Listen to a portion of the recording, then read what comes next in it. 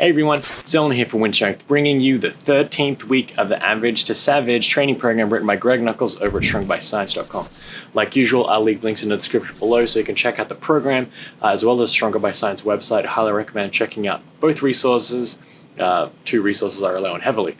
So wrapping up week 13, it's kind of awesome. This is the last week of real training of the second phase of the program before a deload week next week. So you know what that means. Next week we're going to have some more spreadsheets as we recap phase 2 and go over some training results as well as some more metrics, just like we did for phase 1. Check out that video right here. With that last week of training, kind of wrapping up second phase, the training this week has gone surprisingly. So training for the 13th week has gone really well. I'm really stoked with the results we're seeing right now, and I think the one lesson to take away from this, myself personally, and I think can help you guys out, is just to have patience and stick with it.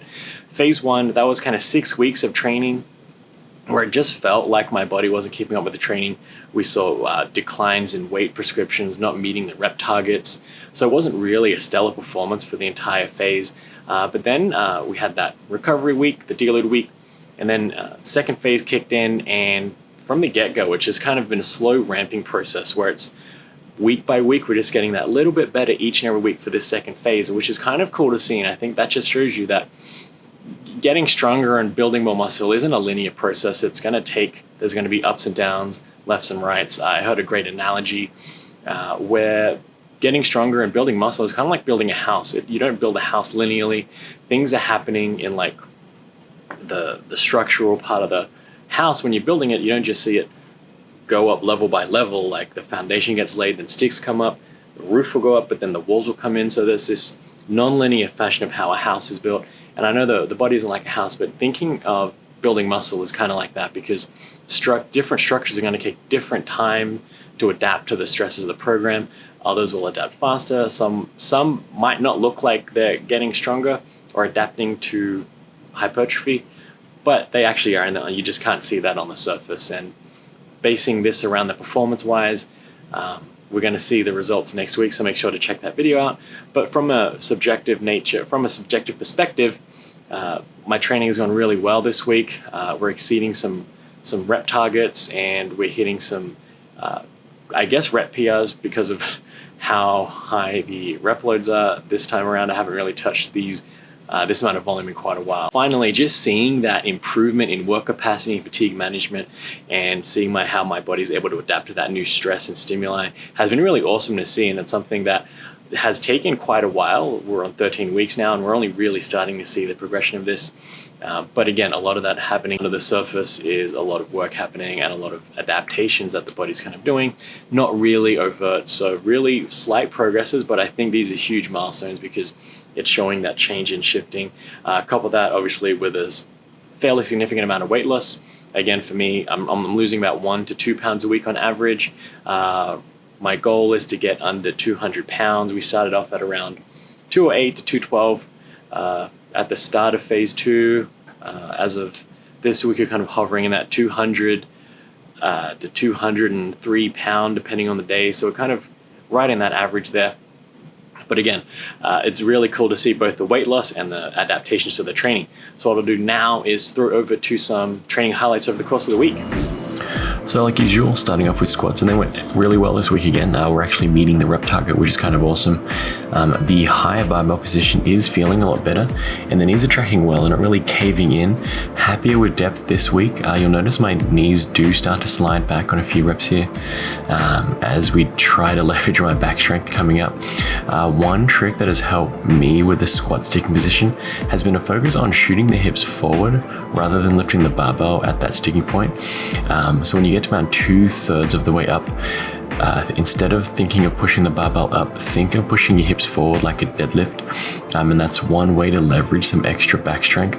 It doesn't look pretty as a squat movement, but that's one way that I found to help get past that sticking point about 2/3 of the way up there. Here we have the push press. Experimented with a wider stance, just felt okay, but I didn't really notice a significant improvement over the regular hip width stance, so I'll probably shoot back to the hip width stance, which just felt a little bit better than this wider stance. I feel like I'm losing a bit too much power since the whole straight lines thing. And having that heeled squat shoe, having that wider stance, really forces those pinkies into the outer edge of the toe, which just isn't comfortable. And when you do have to like jerk the bar a little bit and switch stance, it's a little easier if the knees are narrow. So here we're moving on to the strict press. The strict press went really well this week. The movement's feeling a lot better. You'll notice that my hips aren't shifting too much. So over the last, after the last 13 weeks, the overhead press has really come along in a good way, because I think that extra volume has helped not necessarily just build the shoulders up, which are a main mover in this lift, but the whole body as well, including that core, that bracing those hips there, being able to push through sticking points like that has been really helpful, having those higher rep volume sets. Here we are moving on to some front squats. I did start chalking up my front delts there just to get a little bit extra grip on the barbell on the shoulders there, just because I was a bit sweaty. I've noticed having some chalk there does help with slopping this barbell sliding down a little bit. With the front squat, I do like to take on a little bit of a narrower stance and have my toes splayed out a little bit more. I find that just works better for my hips and knees. I find my knees track in a more natural position this way. I've tried it with a wider stance, so you might have to do that yourself, but for my own personal body mechanics, that wider stance just doesn't feel great. This narrower stance, well, narrower compared to the back squat, does feel a lot more stable and a lot more power generating abilities there. I do go a lot lower in the front squat, and I think that's just personal preference. I like hitting that lower depth there.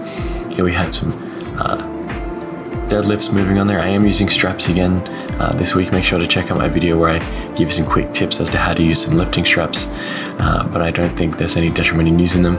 I've just got the knee sleeves on. I just keep some knee sleeves up.